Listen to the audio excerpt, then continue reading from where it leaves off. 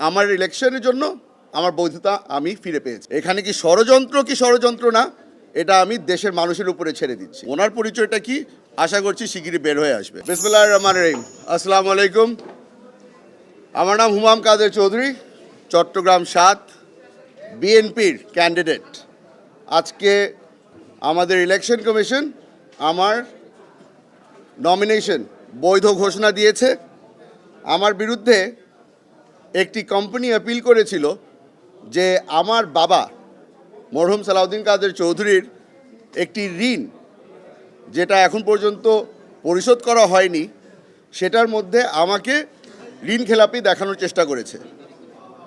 29 তারিখ ডিসেম্বর মাসের যখন আমি আমার কাগজপত্র জমা দেই, তখন সিআইবি রিপোর্টে আমি ঋণ খেলাপি ছিলাম না।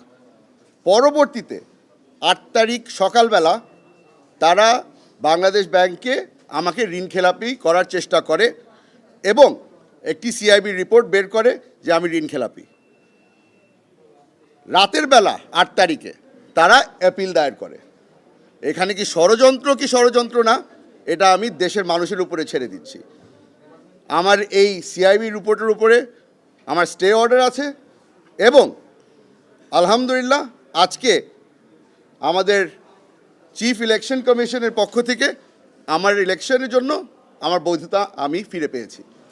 আপনাদের সকলকে ধন্যবাদ জানাই।